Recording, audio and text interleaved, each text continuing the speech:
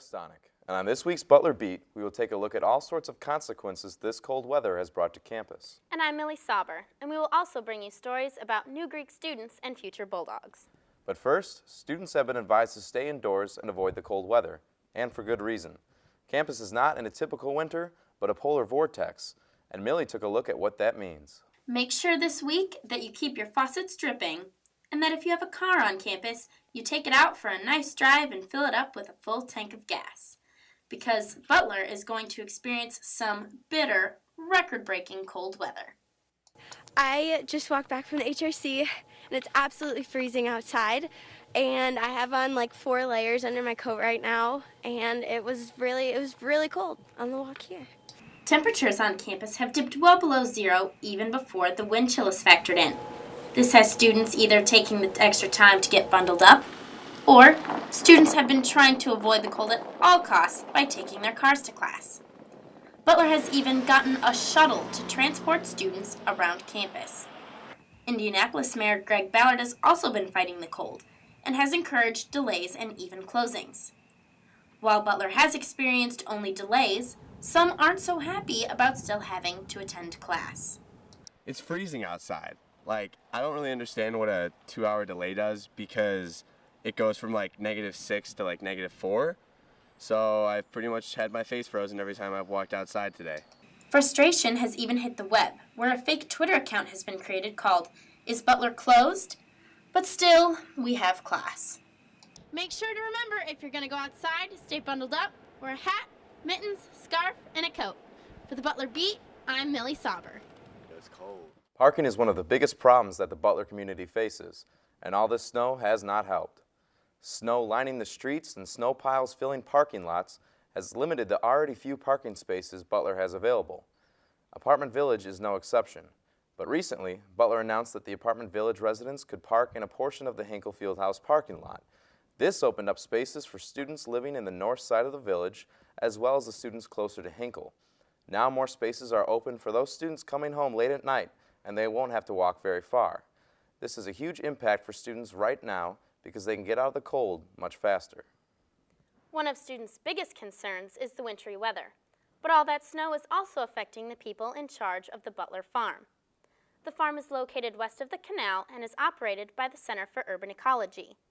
Now that the farm and all of campus is covered in snow, many would think the center has shut down for the season. However, research and program analyst Nick Mink says the center does much more than just work on the farm. The Q Farm grows for about half a dozen restaurants in Indianapolis. We provide several dozen consumers fresh, locally grown food, but the Center for Urban Ecology actually does much more than that. Mink says the center received a $3 million grant from the National Science Foundation to help promote Indianapolis waterways. The center is also in the process of collecting the seeds to plant this spring once the snow melts away. So while you will not see crops blossoming for a few more months, the center is working year-round for a sustainable future. While everyone is facing the cold, some Butler students are bundling up with a new set of letters on their chests. Students arrived on campus in the first week of January, even in blistering wind and cold, to participate in Greek recruitment. One house in particular saw an increase of almost double last year's pledge class size. Sigma Chi's 2013 pledge class has 18 members, while their new 2014 pledge class has 31 members. Usually our numbers are a little smaller because we're trying to be small by design, but this year there were just too many good guys. We just couldn't tell them no, could not give them bids, and we're happy with the acceptance percentage that we got. Even with weather complications, 431 women and 218 men were able to participate in Greek recruitment.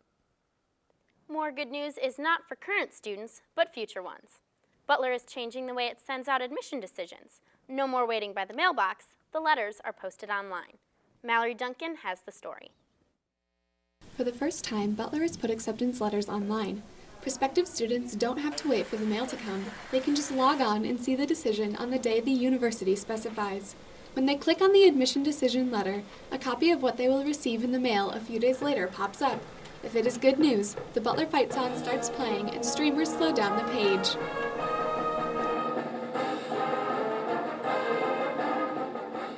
Director of Admission, Aimee Schumerman, says the online letters were stress relievers for students. We felt as a measure of goodwill, those students had already waited an extra week to receive their decision.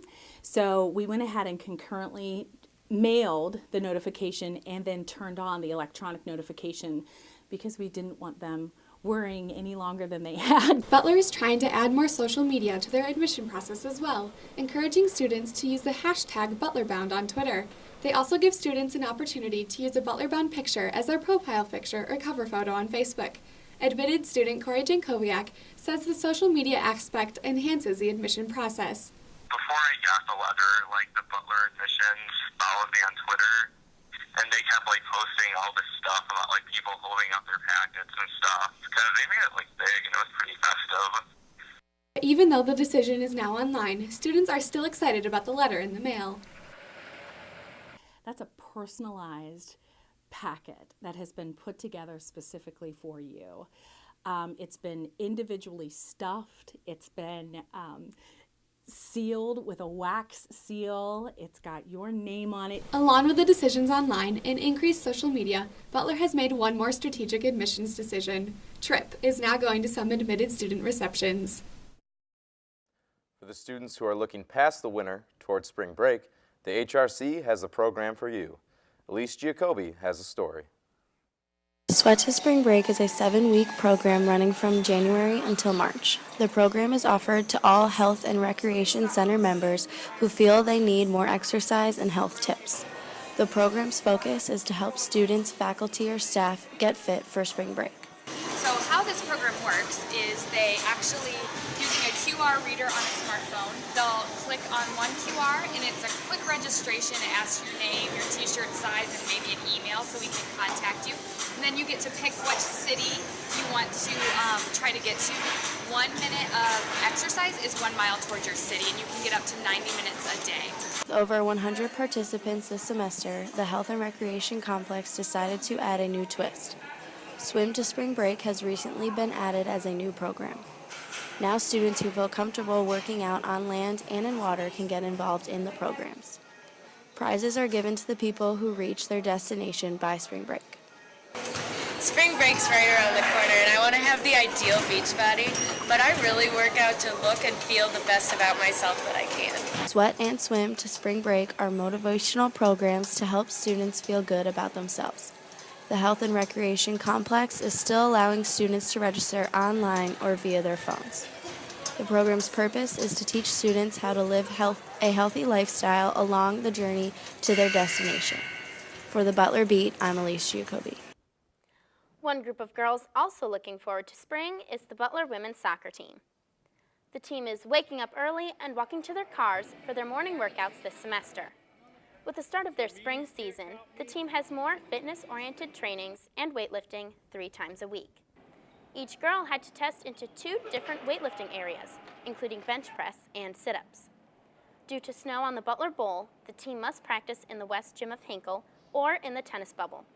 Therefore, the girls have to leave their cleats in their bag and lace up their tennis shoes. They also use small indoor soccer balls to limit the bounce on the hard floors. The team will be adding another training session this upcoming week for more gameplay. Their first 2 spring season games are on March 1st at Purdue University. Another team in training is the women's swim team. With back-to-back conference moves, the swim team has been adapting to new schools, new pools, and even a new assistant coach.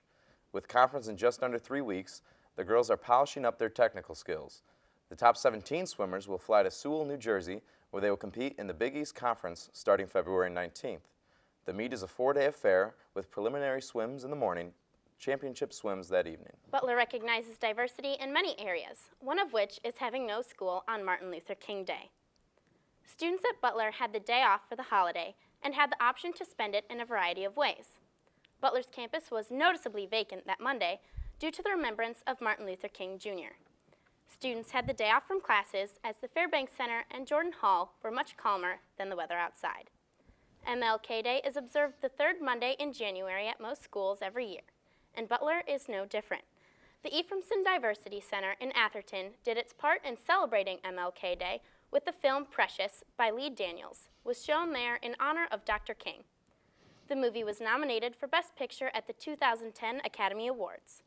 On a more playful note, some students chose to make the most of their day off from classes. A Butler education certainly teaches you how to build the perfect snowman with all the snow on the ground. Speaking of diversity and the movie Precious, its director paid a visit to campus. Clues Hall continued to celebrate the Butler University Celebration of Diversity Distinguished Lecture Series with an award-winning director, Lee Daniels. Daniels directed the movie The Butler and Precious based on the novel Push by Sapphire and spoke to Butler students and Indianapolis residents on January 22nd. The series brings in speakers from across the world to talk about the overcoming adversity in life and embracing diversity. While the inclement weather delayed some fans, Clues was crowded with people anticipating the lecture. Daniels spoke on his struggles as an African-American man trying to become a Hollywood director, and his lecture, like his movies, connected with the audience. After the lecture, Daniels signed copies of his DVDs for fans. The lecture series will continue when former First Lady Laura Bush visits Butler on February 24th. Thank you for joining us on this week's Butler Beat. I'm Jeff Stonick. And I'm Millie Sauber. You be you, be you.